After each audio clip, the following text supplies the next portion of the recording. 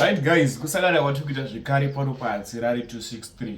Muri kuonera mavideos eHatsirari muri kunyika dzipi? Kuri kufaya here kwamuri ikoko? Muri Zimbabwe first update yandakabatira muzuva ranhasi update iyo ex-wife yaSewekineu Chivhayo iyo yavharirwa muchitorongo yasungiswa naSewiki Chivhayo.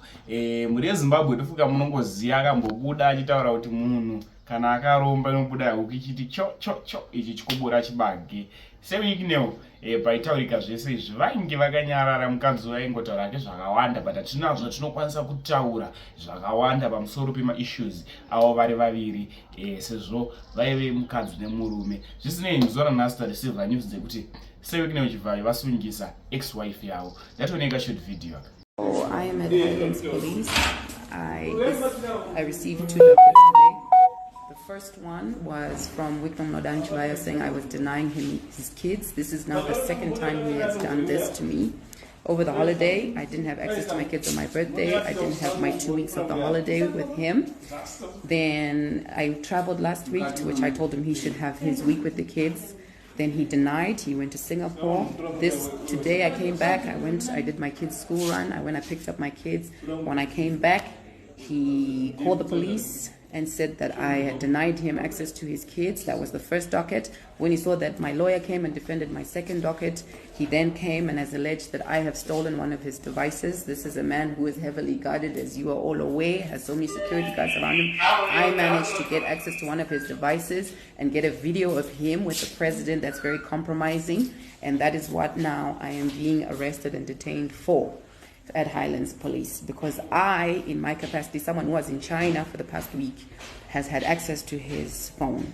So this is in all efforts and hopes to take my kids away from me, because he has seen that his marriage and all his cars and all his money hasn't moved me. I'm not interested in coming back to him, but he knew that where my kids were, I would be concerned. So I'm being arrested for going to go do school for my kids. I'm being arrested because he was sending around videos of him and heads of states threatening people. So this is a message to all presidents who deal with me. Whitney sends around your videos and he uses them to threaten people. It's news time. This is Zimbo Live TV. Breaking news. Last update iyo yemukomana uyo akafa achitakwa nematombo. Zvaakatakwa nematombo akatakwa nevanhu vasingaone kusvika mukufa. Muri Zimbabwe njakusiyai muchinzwa video, wapedza kuona video nekunzwa ndokumboronzere dzenyu apa unasona video resopedza. Utaura zvaunofuda comment section maererano neinterview yanjakusiyirai muchinzwa. Ini saHatsirari makawanzo likes pa this video. Ndicharamba ndikasika kudzoka neamwe manews updates ezvinhu zviri kuitika munyika yedu yeZimbabwe. Much love. Kumusha nemhuri yedu, tiine mwana wedu, mwana mukomana number 4, tiine vana 5. Mwana wedu wenumber 4 anga wapita kurugwaro rwechi6. Akapedza kunyora matest ake zvakanaka. Uri musi weFriday achisvika pamba. Asvika pamba ndo paakatanga kutaurira mai vake achiti aona vanhu vauya pamba vari vechidzimai. Vanhu ava vanga vakabata, umwe anga akabata helmet, then vamwe vakabata matombo. Mukutaura kwake aiti vaviri vanga vakabata matombo wapinda nepamudhuri wemba, umwe apinda nepahwindo. Izvaitaura ari masikati? Aizvitaura ari masikati, mazuva rakunodoka. Achitotaura live zvisiri zvekurota. Ndo paari kuti vadzimai vamanikidza vamupfekedza helmet mumusoro. Vamupfekedza helmet. Musoro wake wabva ati uri kurema ende uri kurwadza. Saka akanga achitopa masaini ekuti zama kuda kubvisa helmet iya mumusoro. Saka mai ndo pavakabva vafona vachiti zviri kutaurwa nemwana kunoku. Mwana ari kutaura zvatisingaiti zvatisingazwisisi. Then kwakuti Saturday Sunday vazama kupinda ona madzimai semunhu akanga achinamata chechi dzechipostori. Mudzimai wenyu. Musi weMonday ndo pavakandifonera vachiti dambudziko remwana harisi kuchinja. mwana ari kuramba achiti musoro uri kurema. So ubva ndakazofunga kuti pamwe kune zvirwere zviya zvinonzi vana meningitis kana vana cerebral malaria, pamwe unodaro mwana aroatakwa nei. Ndopandakavafundira ndikati anoendai kujerera satellite clinic munoona pamwe anogona kuti asi inogona kunge chiri chirwere ichocho. Vakaendawo naye wanga uri musi wa1 December gore rakapera iroro. Kubva vaenda naye paclinic paya, kubva vapuwa matreatments anoenderana nemusoro, kubva vadzoka naye kumba. Havana kuzorora vachibva vapfuura kuenda naye kwaipinda vachimuna-matirisa. Then manheru emusi wacho iyoyo wa1 December vakatondifonera vachiti mwana akuita zviri nani, taurai naye. Ndikatotaura naye pafoni mwana akatoti adeti ndapo zvokuti mangwana ndiri kutoenda kuchikoro. Musi wa2 December mwana akatomuka akatoendawo kuchikoro zvakanaka. Manheru adzoka pamba achiita zvinonzi zvemaproject. Ndopaakangotanga kuti vanhu vaya vadzoka ndokubva atotanga kutoskrima. Mai vava kutondifonera kuti mwana wavo ari kuti vanhu vaya vadzoka, asi ati hanzi vadzoka vakabata musana wemunhu. Vadzoka vasiya musana wemunhu, asi hapana kure kwavaenda. Vanhu vamwe chete vai vanhu vaya vakanga vambotanga kumupfekedza helmet. Saka ndakakavadzika nazvo. Izvo chipiri manheru kuti musi wechitatu vakazama kumhanya musi wechina kusvika vaenda naye kugeneral hospital iriko kumusha kwedu inonzi Musiso General Hospital. Ndo musi wakavhara vana vezvikoro muna December imo. Zvaitika vari kunzvimbo ipa panonzi nzvimbo inonzi Chananga Village inori machief nhemba Sadunu ari Chinorumba. Padhuze nepazaka police camp. Tongati tongoyambuka kachitoti kuzaka area yezaka. Tipfuredu mberi. Saka then vapinda nemwana muchipatara. Inini kuno vakandifonera vakati akuri mari dziri kudiwa dzokuti madrip kobva ndatokwiritawo ndakakwereta nemari dzimwe dzandakasungirira kobva ndasenda kumusha, but hana yangu haina kugadzikana. Ndikati urwere hwemwana uyu handisati ndambonzwa marwariro akadai. Ndakakwirawo night bus chibva ndadzika kumusha. Ndakasvika pakati peusiku, saka which means kuti mukomana ndakazomuona Friday makuseni, asi ndakaona mwana asingachatauri. Buletaurawo neni baba wako ndauya, anga asingachatauri, anga kungopa masaini. Achiita kunge ane zvaari kuona kumeso aidai. Achiita akangoti udai. Zvokuti urwere hwake hwakasvika pakuattracta vanhu vakanga vauya, vakanga vaine dzimwe hama dzavo dzakanga dziri muchipatara. Vakasvika pakuti vamwe vainamata variko vakasvika pakuungana pamubhedha vachiona zvakanga zvichiita mwana. Achikwachura madripi, akabayiwa jekiseni riya remarwadzo akanga asingarari. Saka zvakaitika ipapo Friday ndakaswera ndirimo muchipatara. Zuve Saturday zvikira vakuru vechipatara masiniya nesi vati marwariro ari kuita mwana uyu, zvinhu zvake zvese tiri kuti tikamutora masikani hapana kana chiri kumboratidza kuti ari kurwadziwa nepai. Saka tikaramba tichimupa mapeni ningiri anopedza marwadzo aya takutomukanganisa nekuti tarisai muone zvavakuita, nokuti pachifuva pake apa panga pakutoita kunge pakutodini kanzi reaction inoratidza kuti tinenge tichitomuita overdose. Papa kuzvimba kana kuti anga pakuita sotofunge pakuda kutozvimba. Kuti ari kubayiwa chinhu but chinhu ichi hachisi kushanda kwaari. Kuti arare vari kuona munhu ari kuramba akangoningirira, ari kungopa masaini wayo chete, hapana kana kutaura. Saka takazokumbira pachikumbiro yamusi Saturday wanga wamusi wa6 December. Tikati tarikumbira kuti timboona dzimwe nzira dzekuti tingaita sini mwana, nokuti vamwana unoziva kuti kana vanhu vakaona dambudziko vanokupaiwo mamwe maadvice vanoti dai mambozama kwanhingi. Saka takarequesta tikatodishachirwa mwana muchipatara. Inini nehadzimai vatatohaya motikari vataenda kune vamwe vakanga vachinzi vanombopedza matambudziko akafanana newa.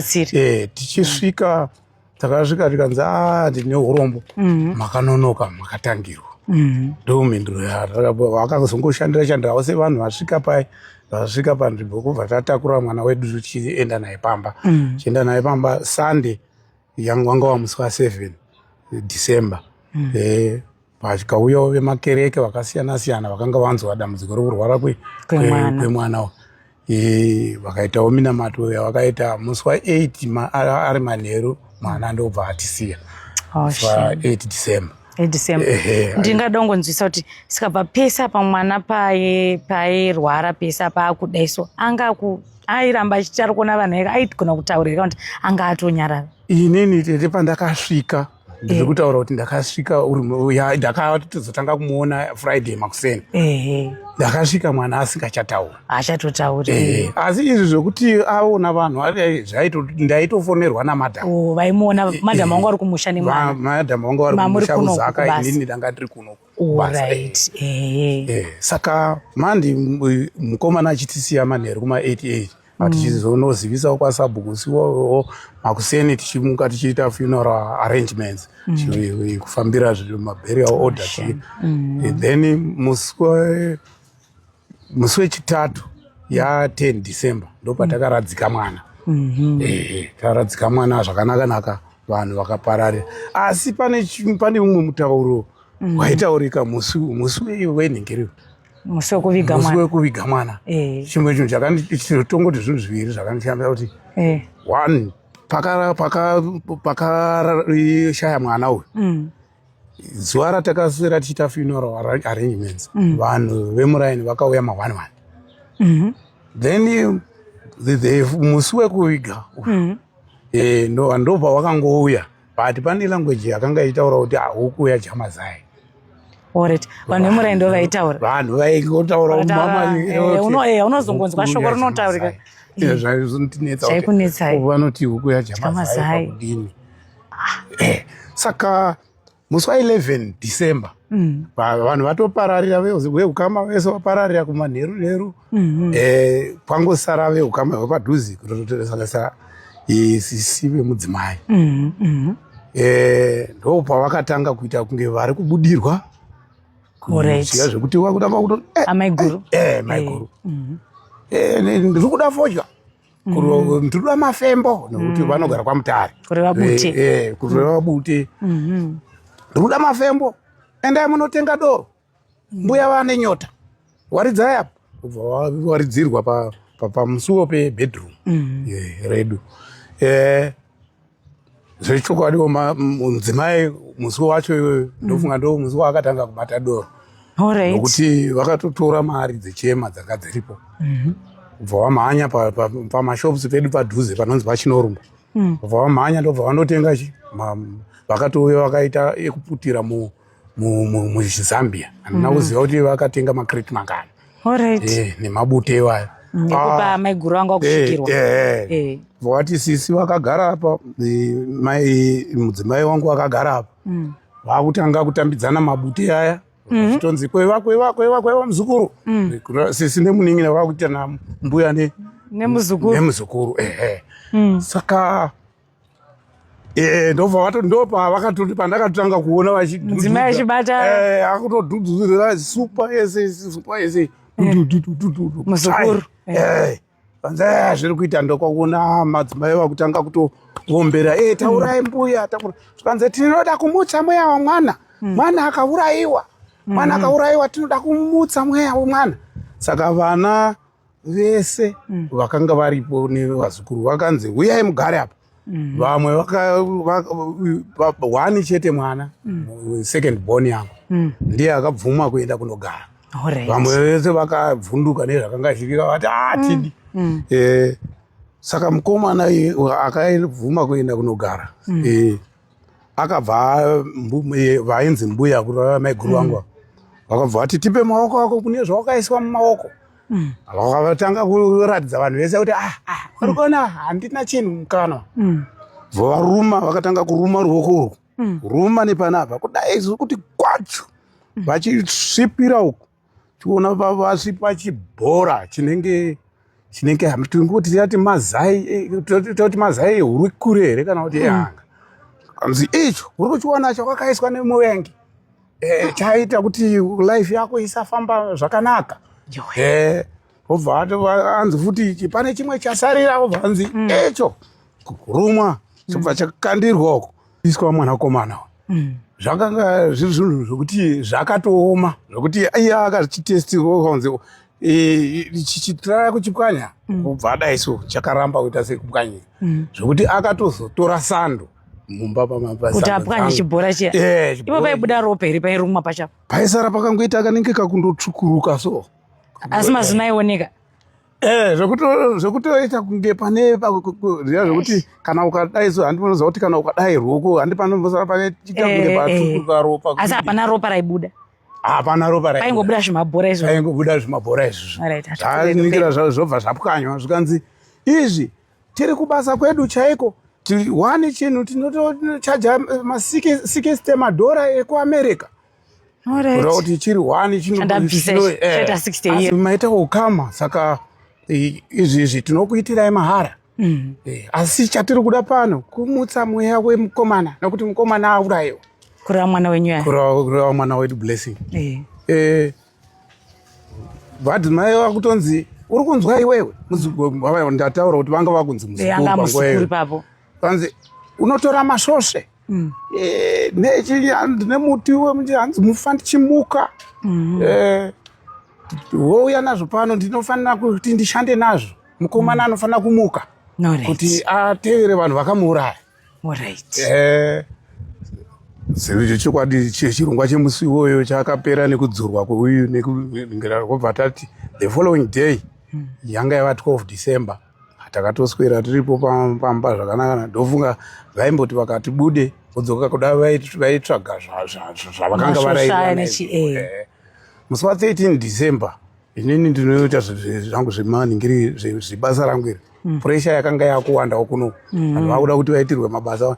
Takufunga kuti zvikwereti zvawanda. Regerai timhanye timbonokavha ningiri tozodzoka tichinyatsochema kana pana January paya pasina ningiri.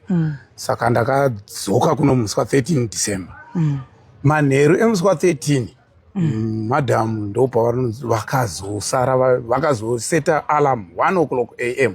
Hatichatoti 13 toti yanga yatova 14 December. 1 AM vamutsa varoora mukai mundiperekedze kuguva remukomana iite zvandakarayirwa. Varoora nevamwe vana nemwana mukomana mukuru anogara pano akati izvi kuchechi kwedu hazviko. Iye mukomana uyu wekubvuma kudzurwa number 2 ndiye akabvuma kubuda naamai 1 o'clock AM kuperekedza amai kuguva. Ende vakazotaura vanotaura kuti mai vanga vasina kunyatsopfeka zvakakwana. Asi nemwana mukomana kuti kusimbira kwacho vakapfeka kusvika pari zvakadini handi kuti vanga vakapfeka zvemukati chete kana kuti. Asi mwana mukomana akatokwanisa kuenda namai. Mwana mukomana akatobvuma kuperekedza amai guva something like 400 meters mumunda medu ndomatakaviga mukomana. Vakabuda ndobva vandoita zvavakaita vakadzoka. But musi wacho the following day ndo pari kunzi pakatanga dambudziko rokuti madhamu vanga vakuona mukomana achimuka. Mudzimai wenyu? Achiuya mubedroom. Mubedroom of which mubedroom ndo makafira mukomana. Vakanga vana nevazukuru vanga vakutaura kuti mumba muno hamusi kurarika Blessing ari kumuka. But havana vakanga vasingamuoni. Ivo ndo vaingoona. Ivo mai ndo vakanga vachingoona chete. Saka ini ndakazowana mukana wekudzokera kumusha musi wa 21 December. Ndo pandiri kusvika nevakomana vakanga vachida kutobata mumaoko taita unge urongwa hwasekuru wedu aida kuisirwa Thompson baba wababa wedu. Tasvika pamusha paya madam ndo pavakatanga kuti pamusha panapa ngatitengesei musha hatichadi kugara pano pamusha varoyi vari kutitsoma shishi. Tikati aiwa hazvichagoni tarisa taisa guva remwana wedu tichatengesera hani munda achada ndiani ende guva richiri nyoro tasati tatosisa 2 weeks taviga mwana because tongoti dzimba dziri 11 days because musi wa 21 isite mukomana tamuiga musi wa 10 saka pane 11 days chete. ndopandakavarambira ndikati ndoparakatoti ndatouya nevakomana avo kuti vambonoona kwakarara mufana wavo. Tiri kusvika pagowa tikuona pakafukurirwa pakaiswa chinenge chidenderedzwa chinenge kana muchiziva mifuku yemvura yekumamisha pakaiswa nechekumusoro tiri pagowa panoti kumakumbo kumusoro ndo kwakaiswa zidenderedzwa iroro kobva paiswa pachiratidza kuti pakaita kufushirwa zvakaita kunge madota nemarasha nechuma chacho nezvigreen black takatanga kutarisana nevakomana vandatauya omana chii kundiani akaita izvi madhamu takanga tiinavo vari kumashure vakatonyeperawo kushamisika. Vakatonyepera kushamisika but as time goes ndobva pandakadzoka kuno pandakatonzwa kuti baba munovhunduka kuti chii chakaitwa pagowa madhamu wenyu ndo vakatomuka vakaenda pai musi here wekumuka na1 uya musi wekumuka na1 ndopazvakanoitwa ndopakadocherwa ipapa tichiiswa zvinzi tiri kumutsa mweya wechi ende ivo ndo vakatozoshaya rugare rwehope nokuti kana mukicheni macho mavakatiza vachibva mubedroom vachinorara mukicheni vaiti kana moto ukanga wakudzima vaitanga kuskrima vachingoti handisi ndakakuuraya pamwe wozomuka wotanga kuita sei uchidzira moto kuti muite moto ukangodzima chete zvatotanga moto ukangodzima vakutotanga mwana wenyu aiuya nguva ndo waiti vaiona nguva iyo kana moto wadzima kana moto wadzima